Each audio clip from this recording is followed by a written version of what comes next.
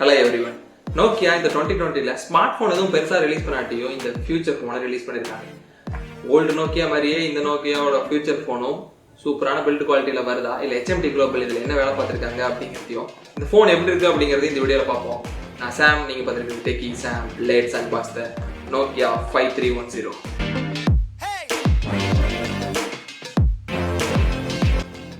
Nokia 5310 ஓட white colour வேரியண்ட்டை இந்த வீடியோவில் அன்பாக்ஸ் பண்ணுறோம். பாக்ஸோட பேக்கில் 2.4 inch display, dual speaker, FM radio, built in MP3 player, micro SD card போகிறக்கான ஸ்லாட் இருக்குது. அது அப் டு 32 GB சப்போர்ட் பண்ணும். Dual SIM support, camera with flash அப்படிங்கிற எல்லாத்தையும் மென்ஷன் பண்ணியிருக்காங்க. சைடில் Nokia 5310ஓட பிராண்டிங், IMEI நம்பர் அப்படிங்கிற மாதிரி விஷயம் கொடுத்துருக்காங்க. அதே மாதிரி பாக்ஸோட டாப்பில் ரீப்ளேஸ்மெண்ட் கேரண்டீட் அப்படிங்கிறதையும் நோக்கியா மென்ஷன் பண்ணியிருக்காங்க.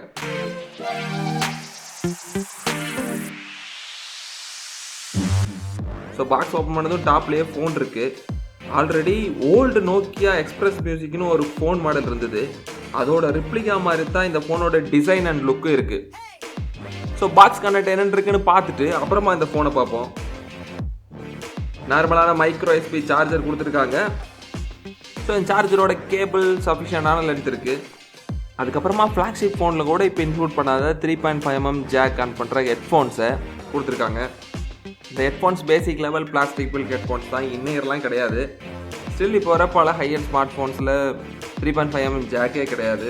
ஸோ நோக்கியா இது கூட ஹெட்ஃபோன் கொடுத்துருக்கிறது நல்ல விஷயம். FM ரேடியோவுக்கும் இது யூஸ் ஆகும். கூடவே நம்ம பல காலம் முன்னாடி பார்த்து ரிமூவல் பேட்டரியை நோக்கியா இது கூட ஆட் பண்ணியிருக்காங்க. இது ஒரு 1200 mAh கெப்பாசிட்டி இருக்கிற பேட்ரி. ஃபோனை பேட்டரி போட்டு சுவிட்ச் ஆன் பண்ணுவோம். ஸோ பேட்டரி பிளேஸ்மெண்ட்டுக்கு கீழே 2 டியூயல் சிம் ஸ்லாட் கொடுத்துருக்காங்க. இது நார்மலாக ஸ்மார்ட் ஃபோன்ஸில் வர மாதிரி மேக்ரோ நேனோ சிம் கிடையாது, வோல்டேஜ் மினி சிம் தான். அது கூட 32 GB வரைக்கும் எக்ஸ்பேண்ட்மெண்ட் பண்ணக்கூடிய மைக்ரோ SD கார்டுக்கான ஸ்லாட் இருக்குது.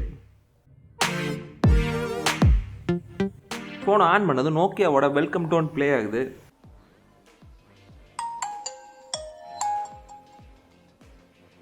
அதுக்கப்புறமா பெரிய செட்டப்லாம் எதுவும் இல்லை. லாங்குவேஜ் அண்ட் டைமை செட் பண்ணதும் வாரண்டி டீட்டெயில்ஸ் வருது. இதில் இந்த time thank you for choosing Nokia 5.30 அப்படிங்கிறத HMD Globel சொல்லியிருக்காங்க.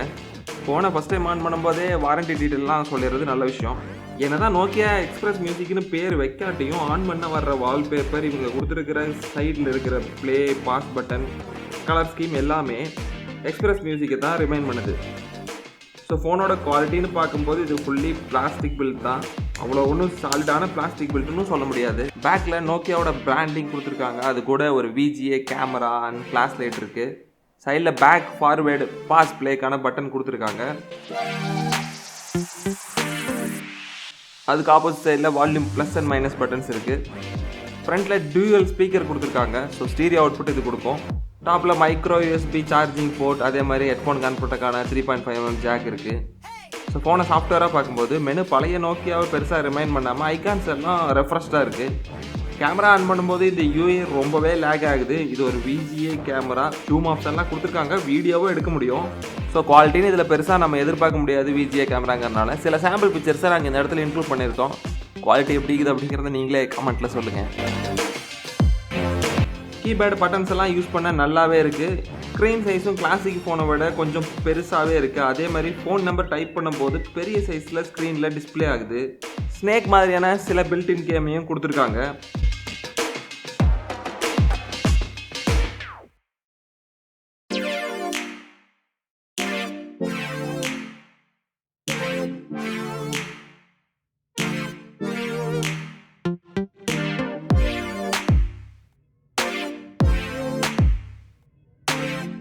இது ஒரு மியூசிக் சென்ட்ரிக் ஃபோன் மாதிரி, நெவர் மிஸ் அ பீட் அப்படின்னு நோக்கியா அதை ப்ரொமோட் பண்ணுறாங்க. அவங்க சொல்கிற அளவுக்கு அவுட்புட் குவாலிட்டி இல்லாட்டியும் ஸ்பீக்கரோட சவுண்ட்ஸ் நல்லா லவுடாகவே இருக்குது.